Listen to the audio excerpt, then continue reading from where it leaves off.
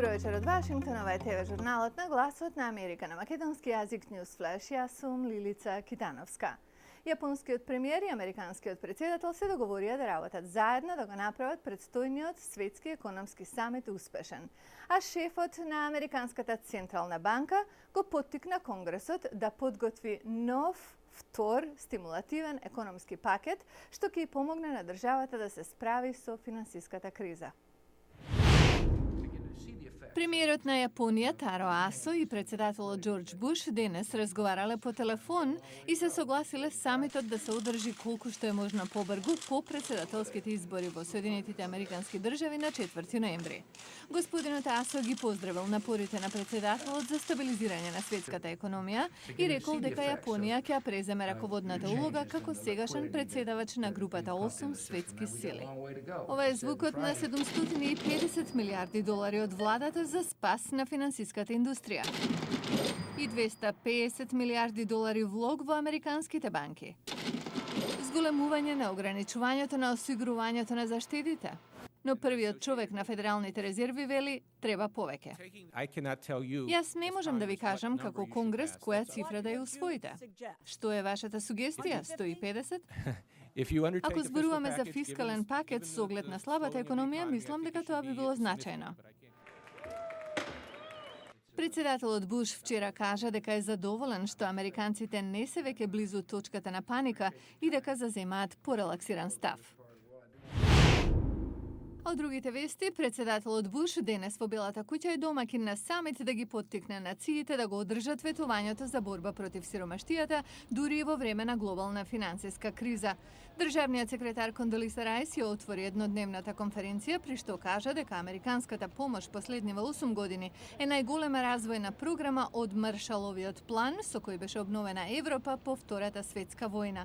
На конференцијата еден од говорниците е и Моника Маковеј, советник на премиерот на Македонија за антикорупција. Председателскиот кандидат Барак Обама ќе земе одмор од кампањата подоцна неделава за да ја посети болната баба во Хаваи. Тој ги откажа настаните за четврток и петок за да биде со 85 годишната Меделин Данам, која го пораснала. И на крајот за нов скандал во Меѓународниот монетарен фонд, шефот на организацијата Доминик Страус-Кан се извини на колегите, сопругата и семејството за аферата со поранешната колешка, но вели дека не ја злоупотребил функцијата. Се работи само за лоша проценка, вели тој во официјалната изјава. Но истрагата продолжува и извештајот се очекува следната недела што ќе покаже дали тој покажал фаворитизам спрема тогашната вработена Пировска Наги. На неколку дена пред американските председателски избори излезе филмот на режисерот Оливер Стоун W за животот на председателот Џорџ Буш. Исто како и претходните филмови на Стоун, JFK и Никсон, и овој е контраверзен заради употреба на имагинацијата во конструкција на приказната наместо стриктно задржување на фактите, како и заради психоанализата на актуелниот председател. Филмот започнува со 2003, неколку дена пред американската инвазија на Ирак. Режисерот Оливер Стоун го представува председателот Буш како идеалист, но лесноверен човек, заведуван од членови на кабинетот кои се со собствена агенда.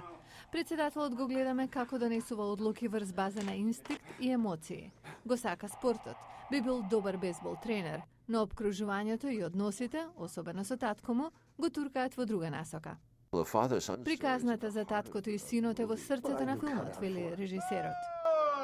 Partying, chasing tail, driving drunk. I got it. Oh! Who do you think you are? A Kennedy? You're a Bush. Act like one. Во потрага по својот пат, W ја наоѓа религијата. Престанува да пие и решава да се кандидира за јавна функција, зашто верува дека тоа му е мисија дадена од Бога, но и затоа што сака да се докаже во семејството. Но како председател, филмот покажува дека тој не ги слуша оние кои не се согласуваат со него, туку тие што му го хранат егото. Everybody in agreement then? Yes, sir. Yes, sir. All right. May God bless the troops. May God bless America. Акторот Џош Бролин го игра председателот. Дженифер Бенкс е Лора. Филмот е драма што не се додворува ниту на републиканците, ниту на демократите. Председателот Буш е представен како трагична фигура, но чии одлуки влијаеле на животите на милиони. На неколку дена пред изборите, филмот испраќа порака до американците дека гласањето е сериозна работа. Го гледавте News Flash на Гласот на Америка на македонски јазик, а јас сум Лилица Китановска. До гледање.